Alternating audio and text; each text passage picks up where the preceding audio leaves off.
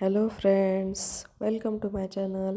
आज आपण पौष्टिक भाकरी कशी तयार करायची, 5 धान्यांची मिक्स भाकरी कशी तयार करायची ते पाहणार आहोत. मी इथे गहू घेतलेले आहेत, एक वाटी डाळ घेतलेली आहे. हे सगळं निसून घ्यायचं आहे. स्वच्छ निसून घेतलेलं आहे मी अगोदर. आता यामध्ये मिक्स करत आहे. गहू व हरभऱ्याची डाळ आपण एकत्र केलेली आहे. दोन्हीही एक एक वाटे घेतलेल्या आहेत. आता आपण यामध्ये ज्वारी घेतलेली आहे. एक बाउल भरून मी ज्वारी इथे घेतलेली आहे, ती पण यामध्ये मिक्स करणार आहे. तसेच मेथीदाणे घेतलेले आहेत, मूग घेतलेले आहेत व धने घेतलेले आहेत. इथेच तुम्ही मीठ देखील ॲड करू शकता थोडंसं. बाजरी घेतलेली आहे 1.5 वाटी.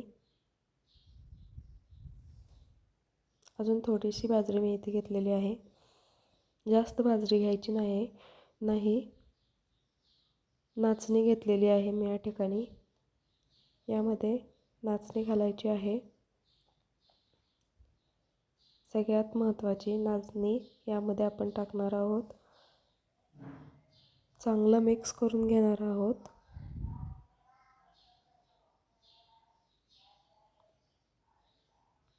यातला निम्माच भाग आपण आज दळणार आहोत. सगळं एकदम दळायचं नाही, तुम्ही स्टोअर करून ठेवू शकता. मी इथे तांदूळ घेतलेले आहेत. तांदूळ देखील थोडेसे टाकायचे आहेत.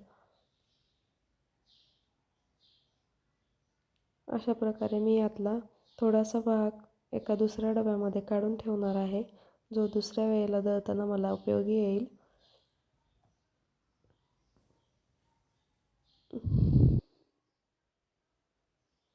व यातील निम्मा भाग मी दळून घेतलेला आहे.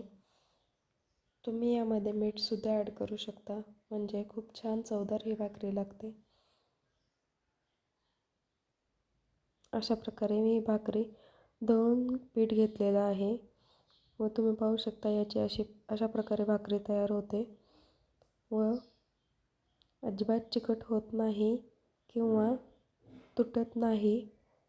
खूप छान पद्धतीने ही भाकरी तयार होते. पौष्टिक अशी भाकरी तुम्ही दररोज खाऊ शकता.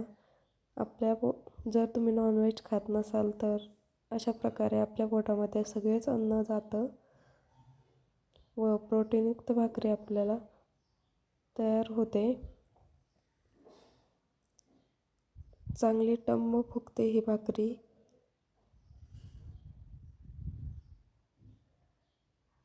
अशा प्रकारे तुम्ही पाहू शकता की ते छान फुगते.